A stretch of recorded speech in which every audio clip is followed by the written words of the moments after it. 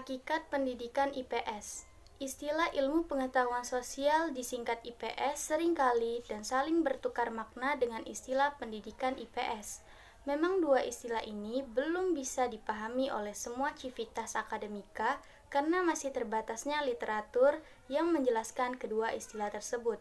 Dalam pembahasan berikut ini, diuraikan tentang hakikat dan pengertian IPS dan pendidikan IPS agar para mahasiswa memiliki pemahaman yang benar. Selain itu, perkembangan IPS yang di negara lain dikenal dengan istilah social studies dipaparkan agar kita memahami apa latar belakang, tujuan lahirnya bidang kajian ini bagi kehidupan berbangsa, bernegara, dan bermasyarakat. Secara historial, perkembangan IPS dan pendidikan IPS di Indonesia dibahas termasuk tujuan dan kedudukan IPS dalam sistem pendidikan nasional. Demikian pula keterkaitan IPS dengan disiplin ilmu-ilmu sosial dan IPS sebagai pendidikan disiplin ilmu serta landasan yang memperkuat eksistensi IPS dalam sistem pendidikan di Indonesia. Pengertian pendidikan IPS. Istilah IPS dan pendidikan IPS. Ilmu pengetahuan sosial yang disingkat IPS dan pendidikan ilmu pengetahuan sosial yang seringkali disingkat pendidikan IPS atau PIPS merupakan dua istilah yang sering diucapkan atau dituliskan dalam berbagai karya akademik secara tumpang tindih atau overlapping. Istilah IPS di Indonesia mulai dikenal sejak tahun 1970-an sebagai hasil kesepakatan komunitas akademik dan secara formal mulai digunakan dalam sistem pendidikan nasional dalam kurikulum 1975.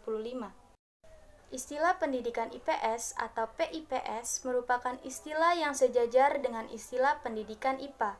Menurut Profesor Numan Sumantri, istilah ini adalah penegasan dan akibat dari istilah IPS dan IPA saja agar bisa dibedakan dengan pendidikan pada tingkat universitas. Perkembangan pengertian IPS.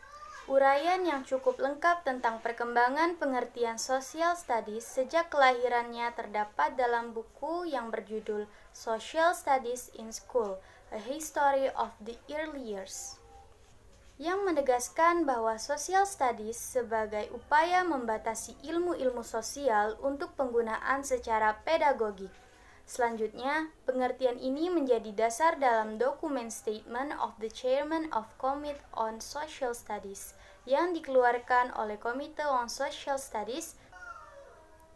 Pengertian pendidikan IPS dalam konteks Indonesia. Pendidikan IPS di Indonesia tidak dapat dipisahkan dari dokumen kurikulum 1975 yang memuat IPS sebagai mata pelajaran untuk pendidikan di sekolah dasar dan menengah.